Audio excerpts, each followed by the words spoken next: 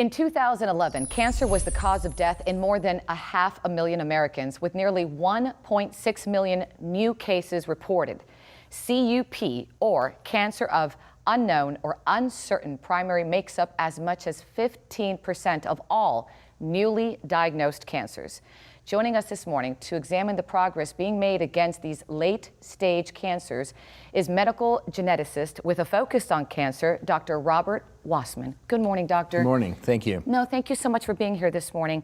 I got to ask you, to the average person, me, our viewers out there, the cure for cancer seems so long overdue. We wait and wonder when. How much longer? How much progress do you think have we made against this disease, especially the late-stage cancers? You know, we really have been making a lot of progress recently.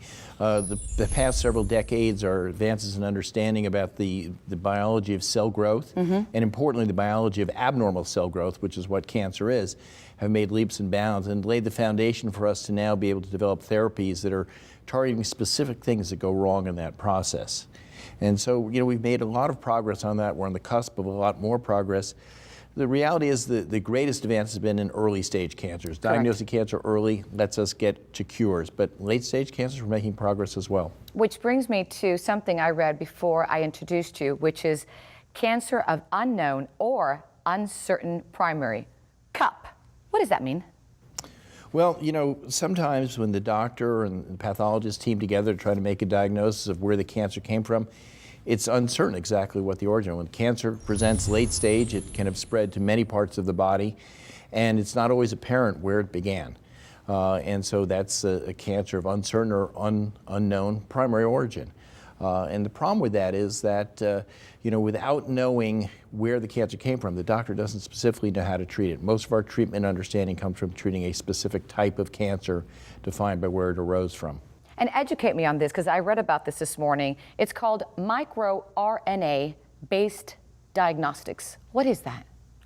Well, you know, the genetics and understanding of cancer has emerged a lot. Most people know about DNA, which is the genetic code, and that's where a lot of changes go on in cancer. But the process is much more complex than that. There's other molecules called RNAs that translate the information in the genetic code into proteins and growth factors that control the growth or abnormal growth of cells in the case of cancer. MicroRNAs are one class of RNAs that are very, very important in the very precise regulation of the growth of cancers. Okay, I want to talk more about this. It's great information. Stay right there if you don't mind. And when we come back, we're going to delve deeper into this cutting-edge diagnostic technology, helping doctors select more effective therapies for cancer patients. There is hope, so don't go away. The Balancing Act. We'll be right back.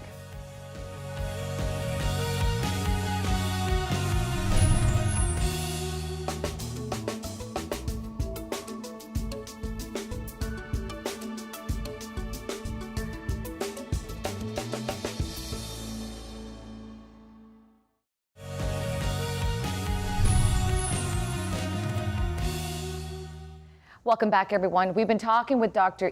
Robert Wassman this morning about cancer of unknown or uncertain primary, also referred to as CUP.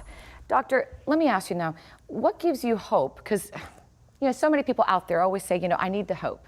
I need the hope to know that the technologies that I'm hearing about, what this doctor and other doctors tell me, are going to help both physically and emotionally. Well, yeah, there's a great deal of hope, and in fact, in the area we're talking about specifically today, in the cancer of unknown primary, the diagnosis of cancer is devastating, and the diagnosis of late-stage cancer with a prognosis that's very poor for any meaningful long-term survival is even more so. And while the doctors are prepared with support systems for patients, things like that, not knowing the answer to the patient's fundamental question is, where did my cancer come from? Exactly. Is very problematic for patients. It's one more thing they don't know in a time of great uncertainty for them. So having a better technology to tell us where the cancer came from is helpful, not just for defining better treatment options for a patient, but also for giving them answers to settle their mind at a time of great stress for them.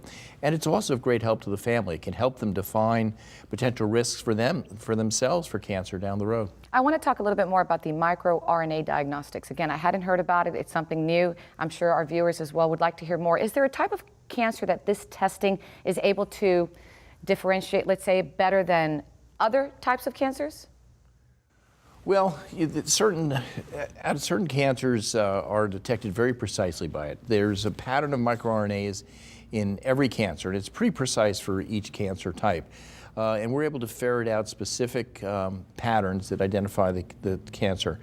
In the clinical lab, and our clinical lab is located in downtown Philadelphia, we have a test that tests for 64 different microRNAs. And with that panel, we're able to diagnose with a high degree of certainty 42 different types of cancers. That's pretty good. And that's about 95% of all the cancers that are causing cancers of unknown primary.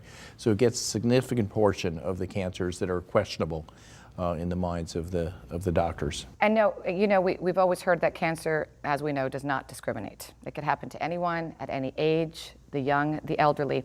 Is there an optimal age or gender for this microRNA testing? No, not really. It's not specific for an age or a gender, but some of the cancers will present at any age. Not as many in the pediatric age groups that are on the panel we have today. I know I have to ask you this question on a personal note because my dad is a doctor, and it must be very fulfilling to you to be able to do this and to hopefully find that cure for so many people out there waiting. You must be so fulfilled.